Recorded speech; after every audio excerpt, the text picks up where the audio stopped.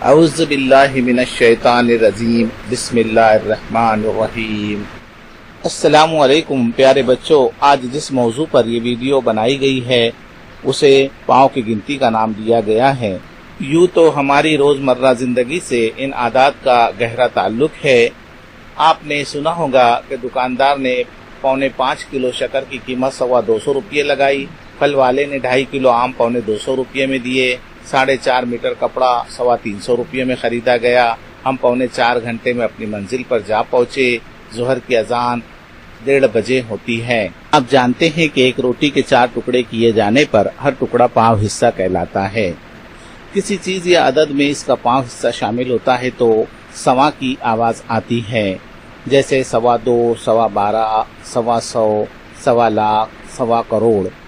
ان اعداد کو نیچے لکھ کر بھی دکھایا گیا ہے کہ انہیں اعداد میں کس طریقے سے لکھا جاتا ہے۔ 1 سے 2 کے درمیان پاؤں کی گنتی بولتے وقت 1.25 نہ بولتے ہوئے صرف 1.25 بولا جاتا ہے۔ یہ اصول 100، 1000، لاکھ، کروڑ سبھی کے لیے بولا جاتا ہے، جیسے 100، 1.1000، 1.25 لاکھ، 1.25 کروڑ وغیرہ۔ اب یہاں ہم نے 1 روپیے سے لے کر لاکھوں اور کروڑوں روپیے تک ان اصطلاحوں کو پیش کیا ہے۔ جیسے یہاں پر 1 روپیے کے 4 حصے کیے جانے کے بعد ایک حصہ لینے پر یہ 1.25 روپیہ بن جاتا ہے۔ حالانکہ لین دین کے دوران اب 25 اور 50 پیسے استعمال نہیں ہو رہے ہیں، لیکن ہم نے روپیے اور پیسوں کے فرق کو سمجھانے کے لیے مثال آپ کے سامنے پیش کی ہے۔ یہاں دیکھیے 100 روپیے کے ہم نے 4 حصے کیے، ہر حصہ 25 روپیے کا ہوا۔ لال رنگ میں دکھایا گیا ہندسہ لیا ہوا ہے عدد ہے۔ 100 کے لیے 100 جمع 25 100 ایک آسان مثال ہے۔ 1 لاکھ روپیے کے اگر ہم 4 حصے کرتے ہیں تو ایک حصہ 25,000 کے برابر بنتا ہے۔ جب 1 لاکھ میں 25,000 جمع کیے جاتے ہیں، مطلب اس کا 5 حصہ جمع کیا جاتا ہے، تو 1 لاکھ جمع 25,000 اس طریقے سے یہ عدد 1,25,000 بن جاتا ہے، یعنی کہ 1.25 لاکھ روپیہ کہلاتا ہے۔ 1.25 لاکھ کو 1,25,000 عددی شکل میں اس طریقے سے لکھتے ہیں۔ 1.25 کی آواز کے ساتھ بولی جانے والی چند مثالیں دیکھتے ہیں۔ 5 روپیے جمع 25 پیسے 5.25 روپیے، 700 روپیے جمع 25 روپیے 750 روپیے، 12,000 روپیے جمع 250 روپیے 12,500 روپیے، 5 لاکھ روپیے جمع 25,000 روپیے، اس طریقے سے 5.25 لاکھ روپیے۔ جب روٹی کے 2 ٹکڑے کیے جاتے ہیں اور اس میں سے آدھا لیا جاتا ہے تو اسے ہم نصف حصہ یا آدھا حصہ کہتے ہیں۔ جب کسی چیز یا عدد میں اس کا نصف حصہ شامل ہوتا ہے تو 1.5 کی آواز آتی ہے، جیسے 950، 24,500، 15,000، 18.5 لاکھ، 5.5 کروڑ وغیرہ۔ ہاں، یہاں اس بات کا خیال رکھنا ہے کہ 1 میں جب آدھا جمع ہوتا ہے تو 1.5 نہ بولتے ہوئے 1.5 بولا جاتا ہے۔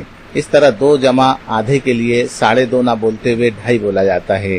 یہ اصول 100، 1000، لاکھ، کروڑ سبھی کے لیے بولا جاتا ہے، جیسے 150، 1,500، 1.5 لاکھ، 1.5 کروڑ۔ اسی طریقے سے 250، 2,500، 2.5 لاکھ اور 2.5 کروڑ وغیرہ۔ چلیے 1 روپیے سے شروعات کرتے ہیں۔ یہاں 1 روپیے کا نوٹ اور سکہ بھی موجود ہیں۔ 1 روپیے کا نصف حصہ یعنی 50 پیسے، آدھا روپیہ۔ ہم جب 50 پیسے کو 1 روپیے کے ساتھ شامل کرتے ہیں تو وہ 1.5 روپیہ بن جاتا ہے۔ یہاں پر ہم اس طریقے سے عددوں میں سے لکھتے ہیں، اسے 1.5 روپیہ بھی بولا جاتا ہے۔ چلتے ہیں 100 کی طرف۔